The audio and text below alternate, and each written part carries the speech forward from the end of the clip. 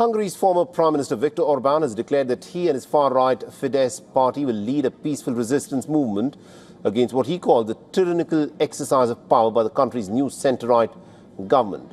Now, Orbán's 16-year rule ended when he was defeated resoundingly in the month of April this year by Prime Minister Péter Magyar and his pro-European Tisza party.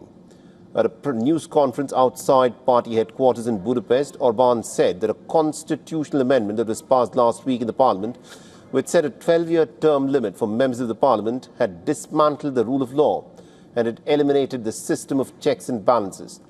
The term limit, which applies retroactively, returns Hungary to a status that is similar to the final years of the communist dictatorship in the late 1980s. In fact, Orbán said, and I quote him, "This new political system is not a democracy, it is a tyranny. When there is no democracy in Hungary, there is no rule of law."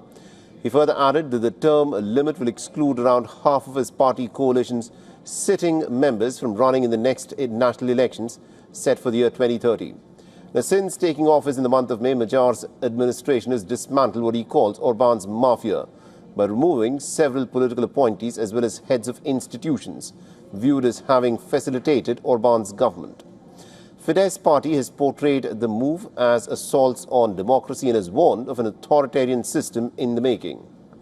Tisza, meanwhile, has argued that it is using its overwhelming electoral mandate to fulfill campaign promises, combat corruption and to restore the rule of law that was eroded under Orbán. After dominating the Hungarian politics for nearly about 2 decades, Fidesz has now spiraled since its elections loss.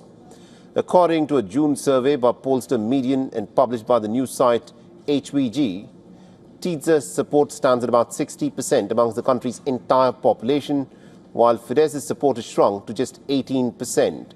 On Tuesday, the prosecutors and investigators with Hungary's tax authorities raided the offices housing Fidesz's data servers as part of a probe into suspected embezzlement and other crimes during Orbán's rule.